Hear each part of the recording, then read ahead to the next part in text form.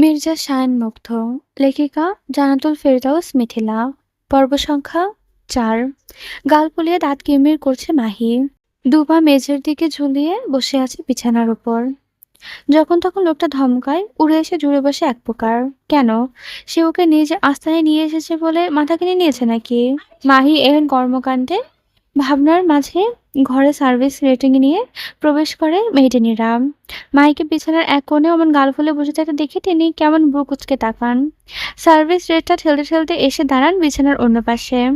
অতঃপর র্যাকটা ঠায় করে দাঁড় করিয়ে রাখেন। দু কদম বাড়িয়ে এসে বসলেন মাহির একদম গা ঘেঁষে। মাহি নড়ল চলল না। মেয়েদের তখন আলতো করে একজোড়া হাতে জড়িয়ে ধরল মাহিকে। নরম কণ্ঠে জানতে চাইলো, কি হয়েছে তোমার? হুট করে তো রেগে গেলে যে? মাহির ফর্সা মুখখানা ছেয়ে আছে লাল আভা। সরু নাকের পাটাটা লাল টুকটুকে রঙের হয়ে গেছে। সে প্রত্যুত্তর গাল ফুলিয়ে নিজের ভঙ্গিতে জবাব দিল, না রেগে নেই। মেয়েটার কথা স্পষ্ট রাগ। নরম সরম মেয়েটা, তবে রাখতেও জানে। মেয়েটা স্মিত হাসলো। মাহিকে ছেড়ে দিয়ে কপট তারা দেখে বলল, খবরদার, খাবারগুলো আগে খেয়ে নাও। শুনলাম তোমার নাকি খুব ক্ষুধা পেয়েছে। মায়ের খাবার খেতে নারাজ। তখনই বুকের কাছে দুহাত বেঁধে মুখ ঘাড়ল অন্যত্রে। ভাঙা কণ্ঠে বেশ ঝাঁঝা ঠেলে বলল, খাবো না আমি, নিয়ে যান সব। মেয়েটেন অবাক হলেন এহেন উত্তরে। চোখ মুখে একরাশ হতবাক লেপ্টে নিয়ে শুধালেন, ও মা, তা কেন? তুমি না বলে তোমার খুব ক্ষুধা লেগেছে? তাহলে এখন আবার কি হলো? মায়া তৎক্ষণাৎ প্রত্যুত্তর করেনি। সবটা কেমন যেন ভীষণ বিষাক্ত লাগছে তার কাছে। এই আলিশান প্রাসাদের ন্যায় বাড়ি, রকি প্রহরী, আর সবচেয়ে বেশি ওই মনস্টার। সবাই এত বিরক্তিকর কেন? মেয়েটা নিজের বিরক্তি নিয়ে জানালো, প্লিজ কৈফিয়ত শুনতে চাইবেন না, আমার ভালো লাগছে না কিছু। খাবার নিয়ে যান, আমার ক্ষুধা পেটে মরে গেছে। মেয়েটার অসহায় চোখে তাকিয়ে রইল কিয়ৎক্ষণ। মুখ খুলে কিছু বলতে যাবে, অমনি কক্ষের দুয়ার দ্বারা ভেসে এলো এক পুরুষালী গম্ভীর কণ্ঠস্বর। বাংলার শেষ নবাবের বংশধর, ওরফে শ্রেষ্ঠ নাকি কাঁদুনি, কথায় কথায় গাল ফুলানি। খাবার খাচ্ছিস না কেন? এহেন কথায় তখনই বসা ছেড়ে উঠে দাঁড়ালো মেয়েডেন। মাথায় স্তর নুইয়ে সে দাঁড়ালো কয়েক কদম। এদিকে মুগ্ধের অমন মুখ ঠেসা কথাবার্তার কর্ণগহ্বরে পৌঁছতেই মাহির বিরক্তিতা আরো ফুটে পড়ল। মুখটা আগের ন্যায় অন্যদিকে ঠায় ঘুরিয়ে রেখে ফটাফট বলল, খাবো না আমি, তাতে আপনার কি? দেখি আমি না খেয়ে থেকে মরতে পারি কিনা। গম্ভীর পুরুষ বাঁকা হাসলো এহেন কথায়। দু পকেটে হাত ঢুকিয়ে গুজিয়ে রেখে বলল, আউট। মেয়েটা তখনই মাথা ঝাঁকিয়ে চলে গেলেন ঘর থেকে। মুগ্ধ তখনই এগিয়ে এসে দাঁড়ালো মাহির মুখোমুখি। মাহি এখনো মুখ ঘুরিয়ে দেখেনি। তা দেখে গম্ভীর পুরুষ কেমন ভ্রু কুঁচকালো। তখনই শক্ত হাতে মাহির মাথার পেছনের চুলগুলো চেপে ধরলো। মাহি কোকিয়ে ওঠে, চোখ মুখ কুঁচকে ফেলে ব্যথায়। মুগ্ধ তখন শক্ত হাতে মেয়েটার মাথা ঝাঁকিয়ে কটমট করতে করতে বলল, don't you dare to ignore me last miss. Next time থেকে আমি কথা বলার সময় কোনো সম্পূর্ণ মনোযোগ দিয়ে শুনবি, আর কোনো কথা বলবি না। আদারওয়াইজ তোর ওই ছোট্ট কাণ্ডটা কিন্তু সারা জীবনের জন্য বন্ধ করে দিব আমি। মায়ের নাক টানলো সামান্য। চোখ দুটো তার এখনো কুচকে আছে। মুগ্ধ তুলল আরেক গর্জন, চোখ খোল বেয়াদবের বাচ্চা। তখনই সপ্তদশী নিজের ছলছল চোখ দুটো খুলল। মুহূর্তে থমকালো চারপাশ। মাহির ছোট্ট মুখখানা বেশ নিকটে সুদর্শন যুবকের মুখ। ঘন কালো পল্লবিত বাদামি চোখ দুটো যেন নিখাত ঘন জঙ্গল। লম্বাটে মুখ তার, খোঁচা খোঁচা দাড়িয়াবৃত তীক্ষ্ণ চোয়াল, একদম তীরের ফলার ন্যায় নাকখানা। তামাটে পোড়া বাদামি ঠোঁট দুটো ডান পাশে খানিকটা ক্ষত জাতীয় কিছু। লোকটা সে কি মারাত্মক ফর্সা। তার ফর্সাটে ললাটে মাথা ভর্তি উস্কো খুস্কো চুলগুলো খানিক অগোছালো পড়ে রয়েছে যেন। বাম কানে লতিতে আটকে রাখা একখানা প্লান্টিমাটের গোল রিং জাতীয় দুল। মানুষটার গা থেকে ভেসে আসছে এক অদ্ভুত সুন্দর ঘ্রাণ। মাহি জানে না এ পারফিউমটার নাম কি, জানে না হঠাৎ তার হৃদয় থমকানোর কারণ। এর আগে থেকে এত কাছ থেকে কোনোদিন কোনো পুরুষকে দেখেছে সে। সপ্তদশীর পেটে হঠাৎ করেই গুড়গুড় শুরু হয়ে গেল যেন। তার নির্ঘাত সৌন্দর্য মণ্ডিত গোলাপি অধৈর্যরা কাঁপতে লাগলো তিত্তির করে, যেন বলতে চাইছে কিছু। মুগ্ধ নামক সুদর্শন পুরুষের ক্রূর হাসি আটলো ঠোঁটের কোণে। পরবর্তী সে হাসি গায়েব হয়ে গেল কোথায় যেন। মাহি চোখে চোখে রেখে ঝাঁঝালো কণ্ঠে বলল, I know I am too handsome, তাই বলে এভাবে চোখ দিয়ে গিলে খেতে হবে আমায়? এর আগে কখনো সুন্দর পুরুষ মানুষ দেখিস নাকি? নির্লজ্জ মেয়ে ছেলে। ছি ছি, কিভাবে হাঁ করে তাকিয়ে আছিস? যা, এক গ্লাস পানিতে ডুবে মর। যা। মাহি বুঝি নিজ কাণ্ডে নিজেই লজ্জিত এবার। তখনই নয়ন সামলানো সে। ভীষণ অস্বস্তিতে নড়ে উঠল সে। চুলগুলো আরেকবার টানলো মুগ্ধ। অন্য হাতে তখনই মাহির চোয়াল চেপে ধরলো, খানিকটা উঁচু করে চোখ রাঙিয়ে ফেললো সে। মাহি এবার আর সাহসে গোলাচ্ছে না মুগ্ধের চোখের দিকে তাকাতে। তবুও মেয়েটা বেশ করে নিজেকে সামলাতে চাচ্ছে মুগ্ধের মুখ পানে। কটমটিয়ে তাকিয়ে আছে মুগ্ধ, দাঁত খিচিয়ে বললে, না খেয়ে কেউ মরে না বান্দির মেয়ে। মানুষ মরে যন্ত্রণায়, একাকিত্ব এবং কষ্টে। তোকে আমি সবগুলো দেবো, জাস্ট একটু সময় নিয়ে রুয়ে শুয়ে দিই। হুম। মাই ঢোক গেল সামান্য। এহেন মোটামোটা কথা কোনো কালেই ঘটে না তার ঘটের মধ্যে। আজকে ঢুকলো না বই কি।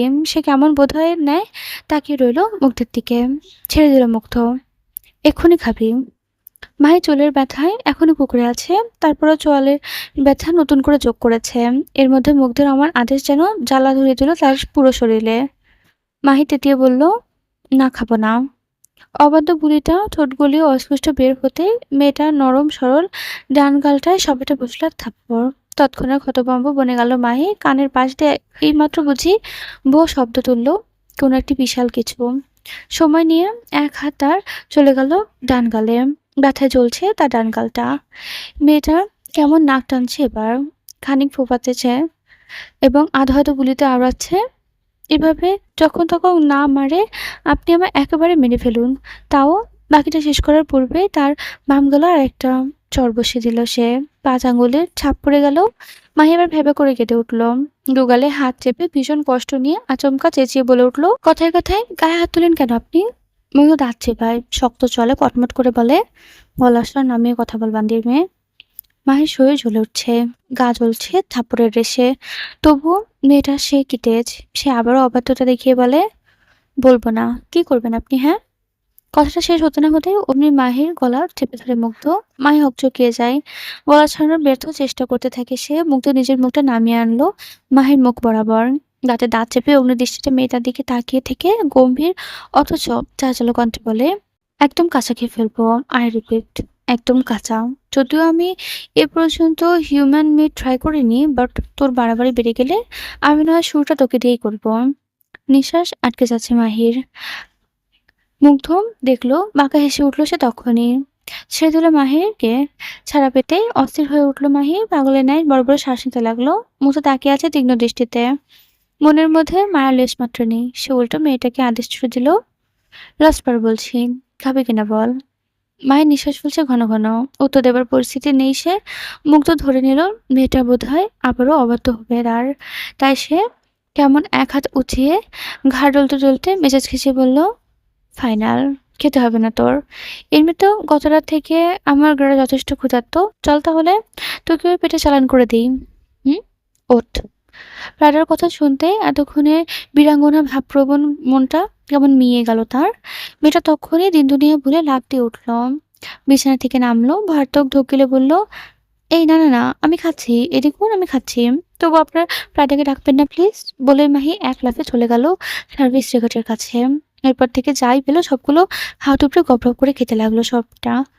মুগ্ধ আর চোখে দেখছে মেয়েটার কাণ্ড। 2 হাতে খাবার নিয়ে মুখে পুড়ছে। গাল দুটো ভরে গিয়ে গালটা দেখা যাচ্ছে পটলা মাছের মতো। মুগ্ধ বিরক্ত হয়ে চোখ সরাতে গেলে হঠাৎ তার ঠোঁট আটকে যায় মাহির গলায়। আশ্চর্য হলো সত্যি, এতক্ষণ একবারও মুগ্ধ দৃষ্টি পড়েনি মাহির গালে। পড়তেই হয়তো আবারও আগে মেয়েটার কপালে শনি লাগতো। মুগ্ধ কেমন শক্ত করে তাকিয়ে আছে। এগিয়ে এলো কদম কদম ফেলে। তখনই পেছন থেকে এক হাত শক্ত করে মাহির পুনে চেপে ধরলো। মেয়েটা হ্যাঁচকা টানে ঘুরিয়ে নিল নিজের দিকে। এহেন কাণ্ডে মুখমূর্তির মতো খাবার নিয়ে হাঁ করে দাঁড়িয়ে রইল সে। ভ্যাবলার ন্যায় তাকালো মাহি। সেকেন্ড খানেক পুরোতে মুগ্ধর হাত চলে গেল তার পরনের গাউনটার কাঁধের অংশে, যেখানে শক্ত হাতে টেনে ধরেছে মুগ্ধ। মুখখানা লাল হয়ে গেছে ছেলেটার। কেমন গর্জন তুলে বলতে লাগলো, এগুলো কি পরেছিস তুই? কে বল তোকে এই মেয়েদের ড্রেস কাপড় পরতে? Answer me. এহেন বর্জ্যের কণ্ঠে আটকে উঠল মাহি। মুখবর্তী খাবার নিয়ে কিছুতেই বলতে পারছে না সে বেচারি। মুগ্ধের মেজাজ এবার তুঙ্গে উঠে গেল। ছেলেটা ছিঁড়ে ফেলছে মাহির পরনের জামাটা, কাঁধের অংশ। মাহি তৎক্ষণাৎ দুহাত চেপে ধরল নিজের সম্প্রপ দিয়ে। ভয়ে অস্বস্তিতে পাথরের ন্যায় দাঁড়িয়ে রইল কেমন। তার ছোট্ট মাথায় এখনো ঢুকছে না মুগ্ধ হঠাৎ রেগে যাবার কারণ। এদিকে মুগ্ধ দাঁতে দাঁত চেপে অগ্নিদৃষ্টিতে ফেলল মেয়েটার মুখপানে। তার মনে এবার কি চলছে কে জানে। সে কিয়ৎক্ষণ এভাবে তাকিয়ে থেকে তখনই গটগট করে বেরিয়ে গেল রুম থেকে। এদিকে তার প্রস্থান ঘটল। জামাটার ছেঁড়া অংশ চেপে ধরে ধপ করে মেঝেতে মুড়ে বসে পড়ল মাহিম। চোখ দুটো বোধহয় শুকিয়ে গিয়েছে তার, না হলে তো এতক্ষণে এক দু ফোঁটা অশ্রু ঠিকই ঝরে পড়তো স্বপ্নাদেশের কাজলবিহীন চোখ দুটো থেকে। বিকেল নেমেছে বেশ কিছুক্ষণ হবে। বাড়ির পেছনে চেরিবলস ট্রির বাগানে হাঁটাহাঁটি করছে সিদ্ধার্থ। বিকেলের সময়টা বাগানে বেশ ভালো কাটছে তার। চারিদিকের নৈসর্গিক সৌন্দর্য যেন বরাবরই মুগ্ধ করে তাকে। সে টানে আজও ছুটে এসেছে সে। তবে তার মুখটা আজ গম্ভীর, কপালে একরাশ চিন্তার ছাপ। সে এবার কি নিয়ে এত ভাবছে সে নিজেও বুঝতে পারছে না। তবে প্যারসনের দোতলার দিকে তাকায় সে, তখনই তার নজরে পড়ে মাহি। মেয়েটা জানালার পাশে কাউচে বসে আছে দূর আকাশের দিকে। সিদ্ধার্থ হঠাৎ কি যেন হলো, তার সারা শরীর কেমন ঝাঁকি দিয়ে উঠল।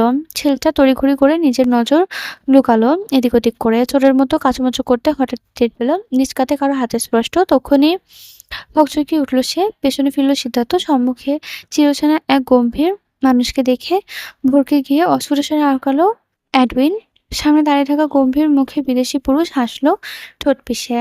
গোলগাল মুখ তার, কপাল থেকে ডান গাল বরাবর আড়ের হয়ে বসে আছে একখানা গভীর দাগ। সে কি বীভৎস রূপ তার। ডান চোখে ঠিক থাকলেও বাম চোখটা পড়ে আছে সফেদ রঙা লেন্স। পরনে কালো ফরমালের প্যান্ট। দুহাতে ঢুকিয়ে সন্ধিহান গলায় জিজ্ঞেস করলো, কি ব্যাপার সিট? আমাকে দেখে হঠাৎ করে এত ভরকে গেলে কেন? সিদ্ধান্ত আমতা করতে লাগলো। শুকনো ফাঁকা ঢুকিলে বলল, কই না তো। এডুইন কিছুক্ষণ বিচলিতভাবে তার দিকে তাকিয়ে রইল। মিথ্যেগুলো খুবই সহজে ধরে ফেলতে পারে সে। শতবার হলো মনস্টারের রাইট হ্যান্ড বলে কথা। মনস্টারের মতো একটু আধটু ভয়ঙ্কর না হলে তো আর হয় না। এডুইন ক্রমশ এগিয়ে আসে সিদ্ধার্থের দিকে। সিদ্ধার্থ ভয়ে ভয়ে কদম পেছাচ্ছে বেশ, তবে খুব বেশি পেছাতে পারল না বেচারা। তার আগেই তাকে আটকে ফেলল এডুইন। খুবই সূক্ষ্মভাবে সাথে কোমরের থেকে বন্দুক বের করে এনে ঠেকিয়ে দিল সিদ্ধার্থর গোপনাঙ্গ বরাবর। তা টের পেতে ভয়ে তটস্থ হয়ে গেল সিদ্ধার্থ। হকচকিয়ে উঠল এবং হকচকিয়ে মুখ খোলার আগেই শোনা গেল এডুইনের গম্ভীর কণ্ঠ, কি লুকাচ্ছ? সিদ্ধার্থ তড়িঘড়ি করে মাথা নাড়ালো দুদিকে। ভয়ার্থক কণ্ঠ বরাবর ঠকিলে বলল, বিশ্বাস করুন এডুইন, আমি কিছু লুকাচ্ছি না। এডুইনের চোখ মুখে স্পষ্ট অবিশ্বাসের ছাপ। সে আবারও সন্ধিহান গলায় জিজ্ঞেস করল, তাহলে তোমার মুখটা এমন চোরের মতো কাচমাচু করে রেখেছো কেন? আসলে এডুইন, আমি ভুল করে মনস্টারের কি মনস্টারের? এডুইনের কণ্ঠে স্পষ্ট বিচলতার ভাব, চোখ মুখে একরাশ আগুন। সিদ্ধার্থ ভয়ে গুলিয়ে গেল সব। এক্ষুনি নিজেকে ধরল সে, বলল, না মানে বলছি কি আমি ভুল করে মনস্টারের নিষিদ্ধ জিনিসের দিকে তাকিয়ে ফেলেছি, তাই এভাবে কাচুমাচু করছিলাম। বিশেষ করে এডুইন, আমি এমনটা ইচ্ছে করে করিনি। এডুইন ভ্রুকুঁচকে তাকালো। সিদ্ধার্থর বলা কথাগুলো এক প্রকার ঠুক করে পরক্ষণে পাল্টে প্রশ্ন করলো, নিষিদ্ধ জিনিস বলতে? সিদ্ধার্থ মাথা নোয়ালো, জড়সড় ধরে রয়ে সয়ে জবাব দিল, প্যালেসের দোতলার দিকে তাকাবেন না এডুইন। সেখানে সেখানে আপাতত মনস্টারের নিষিদ্ধ জিনিস আছে। এডুইন মাথা তুলে তাকায়নি একবারও, তবে তার কৌতূহল যেন ক্রমশ বাড়ছে নিষিদ্ধ জিনিসটা কি তা জানার জন্য। সে নিজের বন্দুকটা একটু চেপে ধরল। তারপর সিদ্ধার্থের দিকে তাকিয়ে দাঁত খিঁচে জিজ্ঞেস করলো, সোজা একটা উত্তর দাও, নিষিদ্ধ জিনিসটা আবার কি? সিদ্ধার্থ আর চুপ করে থাকলো না, তখনই গড়গড়িয়ে বলে দিল সবটা শুনে এডুইন যেন আকাশ থেকে পড়লো। তার চোখে মুখে একটা শতভাগতা লেপ্টে গিয়েছে। ইতোমধ্যে তার ঠোঁটের ফাঁক দিয়ে অস্পষ্ট স্বরে বেরিয়ে এলো, বাংলাদেশ থেকে মেয়ে এনেছে? সিরিয়াসলি? রাশিয়ায় কি মেয়েদের অভাব পড়েছিল? মনস্টার প্যারাডাইসের পেছনে ঠিক রয়েছে বেশ পুরনো মাউসস্ট্যান্ড। মাউসস্ট্যান্ডের চূড়ায় নির্মিত the Ashes house, the shadow মনস্টারের পেন্ট হাউস নামে পরিচিত। সম্পূর্ণ কাঁচ দিয়ে তৈরি এ বাড়ির বাইরে থেকে দেখলে যতটা সুন্দর, ভেতর থেকে ঠিক ততটাই ভয়ানক। পাহাড়ি উঁচু নিচু পথে উপরে উঠে এডুইন। বসের সাথে দেখা হয়নি আজ বহুদিন। পেটের মধ্যে গোছানো আছে বেশ কিছু কথা, সবগুলো একে একে বলতে হবে মনস্টারকে। পেন্ট হাউসের রকিং ক্লাব, পাঞ্চিং ব্যাগের ধূপধাপ শব্দ মুখরিত চারপাশ। এডুইন সগৌরবে হেঁটে যাচ্ছে বক্সিং ক্লাবের দিকে। ক্লাবের দরজার সামনে দাঁড়িয়ে আছে দুজন দেহরক্ষী। তারা এডুইনকে দেখতে পেয়ে হালকা কুর্নি জানিয়ে পথ থেকে সরে দাঁড়ালো। এডুইন গম্ভীর মুখে দরজা ঠেলে ভেতরে ঢুকলো। অদূরে তাকাতেই দেখলো মনস্টার নামক বলিষ্ঠদেহী পুরুষ একসাথে দুটো পাঞ্চিং বক্সকে একেবারে হত্যা করে দিচ্ছে যেন। যখন দুহাত দিয়ে আবার কখনো দেখা যাচ্ছে পা দিয়ে। পরনে কেবল কালো রঙের ঢিলেঢালা ট্রাউজার, পুরো গা উন্মুক্ত। ২ হাতে দুটো বক্সি গ্লাভস। একের পর এক পাঞ্চ শব্দ ঘুরে যাচ্ছে চারিপাশ। যুবকের সর্বাঙ্গ ঘামে চপচপে অবস্থা। এডুইন চুপচাপ কদম বাড়িয়ে এগিয়ে গেল খানিকটা সামনে। মনস্টারের কাছ থেকে বেশ দূরে বজ্র রেখে সে নুয়ে গেল। ড্রোভি ভিএচআই মনস্তর। এর অর্থ গুড ইভিনিং মনস্টার। মনস্টার জবাব দিল না। নিজ ওয়ার্ক আউটের মতো থাকলো কেমন। এডুইন খানিকক্ষণ চুপ থেকে হঠাৎ বলতে লাগলো, আপনার ধারণা ঠিক ছিল মাস্টার। বারান্ডারি আমাদের সাথে বিশ্বাসঘাতকতা করেছে। মুহূর্তে দুহাত থেমে গেল মুগ্ধের। বলিষ্ঠতা চওড়া কাঁধ দুটো যেন ঘন ঘন ওঠানামা করছে। কপালের উপর লেপ্টে থাকা ঘামে ভেজা চুলগুলো হাতে ছুঁয়ে দিচ্ছে সে। বাদামি চোখ দুটো ক্রমশ রক্তবর্ণ ধারণ করেছে, চোয়াল শক্ত হয়ে গেছে। মুগ্ধ হাতে গ্লাসটা খুলে ফেলে ছুঁড়ে দিয়ে বলল, ভিবেটি মানি শুন। এর অর্থ গাড়িটি বের করো। এডুইন চুপচাপ মাথা ঝাঁকালো, গম্ভীর মুখে সেখান থেকে পা বাড়িয়ে হাঁটা ধরলো বাইরে। মনে মনে ক্রুর হাসলো এবং আওড়ালো, মনস্টারের সাথে বিশ্বাসঘাতকতা করে পার পেয়ে যাবে এমন কোনো বাপের বেটা এখনো জন্মায়নি। ইনকলা কালো রঙা শার্ট, পরনে দামি ব্র্যান্ডেড প্যান্ট, কোমরে বাঁধা বেল্টের গায়ে আঁকা এখনো রাক্ষসের ছবি। গায়ে লম্বা ওভারকোট যার দৈর্ঘ্য হাঁটুর বেশ নিচ অব্দি। মাথার উপর সেজেছে একখানা কালো রঙা গোলাকার ফেরুপা টুপি। টুপির দৈর্ঘ্য এতটাই বড় যে উপস্থিতিতে প্রথম দর্শনে যুবকের মুখোব্বর খুব একটা পরিলক্ষিত হবে না। দেখা যাবে কেবল তামাটে পোড়া বাদামি ঠোঁট। যুবকের নিচের ঠোঁটের ডান পাশে লিপ ইয়ারপিক্স করা, ঝুলছে প্লাটিনাম রিং। এইভাবে বাম পাশে ব্রুয়েও একপাশে ইয়ারপিক করা। সদ্য শেভ করা লম্বাটে চোয়ালখানা দৃঢ় হয়েছে আরো।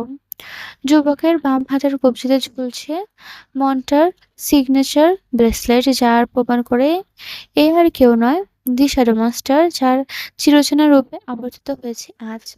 ঠোঁটের ভাঁজে জ্বলছে সিগারেট। মনস্টার সগৌরবে দুহাত প্যান্টে গুজে হেঁটে আসছে বাগান পথ দিয়ে। তার পিছু পিছু আসছে এডুইন, হাতে ব্রিফকেস জাতীয় কিছু একটা। মনস্টার বাগান থেকে বেরিয়ে খানিকটা এগোতেই হঠাৎ কি মনে করে থামলো যেন। ধীরে ধীরে নিজের ফেরুবা টুপির আড়ালে লুকিয়ে তামাটে চোখ জোড়া উপরে তুলতো প্যারাসনের টাওয়ালের দিকে তাকালো সে। কেউ একজন তাকে দেখা মাত্র লুকিয়েছে সর্বপনে। মনস্টার ঠোঁট পিষে হাসলো, তীক্ষ্ণ দৃষ্টি উপরে তাক করে রেখে গমগমে সুরে বলল, সিট। বেচারা সিট চেরি ফ্লপ স্টিরের আড়ালে লুকিয়েছিল এতক্ষণ, তবে মনস্টারের বাড়িতে থেকে তারই চোখ ফাঁকি দেওয়া কি এতই সহজ। সিট ধরা পড়ে যাওয়ায় কেমন কাঁচুমাচু মুখ নিয়ে এলো। মাথাটা নুইয়ে রেখে ভয়ার্ত কণ্ঠে বলল, জি মনস্টার। মুগ্ধের চোখ নেমেছে সিদ্ধার্থের উপর। সে ধীরে ধীরে নিজের ঠোঁটের ফাঁক করে সিগারেট সরিয়ে নিল এক হাতে। অতঃপর শান্তশত ভয়ানক কণ্ঠে শুধালো, খেয়াল রাখবি আমার অপছন্দের জিনিস আশেপাশে যেন একটা মাছিও ভনভন করতে না পারে। আর ভুলক্রমেও যদি ওই মাছি তুই হয়ে যাস তাহলে নো প্রবলেম, ফিরে এসে তোকে আমার হাঙরদের খাবার বানাবো। হো, ইউ গট মাই পয়েন্ট কিডনো। পুরো শরীর জুড়ে ঝংকার দিয়ে উঠল সিদ্ধার্থের। গলায় নামল অনাকাঙ্ক্ষিত একটি শুকনোতা। বেচারা মুখ ফুটে বলতে পারছে না অবধি স্রেফ মাথা দোলাচ্ছে, শুদ্ধ আর কিছু বলতে চাইছে না। সিদ্ধার্থ তৎক্ষণাৎ পথ থেকে সরে দাঁড়ালো, মুক্ত কটকট পায়ে চলে গেল। এদিকে সে যেতেই বুকের ওপর থেকে ঠেকিয়ে রাখা বড় বড় নিঃশ্বাস ফেলতে লাগলো সিদ্ধার্থ। বাইরে এত বাতাস, তবুও কপালটা কেমন ঘামছে তার। বেচারা সুরসুর করে বুক পকেট হাতটা একটি রুমাল বের করে আনে। তখনই শোনা যায় একটি ভাঙা ভাঙা কণ্ঠ, মাহির। এই যে শুনছেন। এবার বুঝি ভয়ে হার্টবিট বন্ধ হয়ে যাবার উপক্রম সিদ্ধার্থের। বেচারা হাত পা কাঁপছে অনবরত। মেয়েটা তাকে ডাকছে কেন সে কি জানে না? তার দিকে চোখ তুলে তাকানো সবার জন্য নিষিদ্ধ। সবচেয়ে বেশি নিষিদ্ধ সিদ্ধার্থের জন্য। সিদ্ধার্থের ভাবনার মাঝে আবারও বিশ্বাসে মায়ের কণ্ঠ, কি ব্যাপার আপনাকে ডাকছে শুনছেন না? সিদ্ধার্থ তৎক্ষণাৎ ২ কদম এগিয়ে এসে দেখে নিল মনস্টার এখনো ওয়ার্কওয়েতে আছে কিনা। জেনে দেখলো মনস্টার প্রস্থান ঘটিয়েছে বেশ আগেই। অমনি বেচারা উল্টো ঘুরে এসে দাঁড়ালো আগের জায়গায়। ভুলেও মাথা না তুলে জবাব দিল, কি বলবো? মায়া ভ্রু কুঁচকালো। লোকটা অমন মাথা নুয়ে রেখেছে কেন? কি হয়েছে তার? মায়ের অবচেতন মন একবার চাইলো গলা উঁচিয়ে জিজ্ঞেস করতে, তবে পরক্ষণে ভাবলো থাকে, যার ইচ্ছা। তাই মাহি আর প্রসঙ্গ বাড়ালো না, সোজাসাপটা জিজ্ঞেস করলো, ওই মনস্টার এমন সেজেগুজে কোথায় যাচ্ছে? সিদ্ধার্থ কেমন অদ্ভুত হাসলো মেয়েটার কথায়, নজর ঝুঁকিয়ে রেখে উত্তর দিল, কোথায় যাবে? যার শ্মশানে যাওয়ার সময় ঘনিয়ে এসেছে, তাকে শ্মশানে পাঠাতে যাচ্ছে।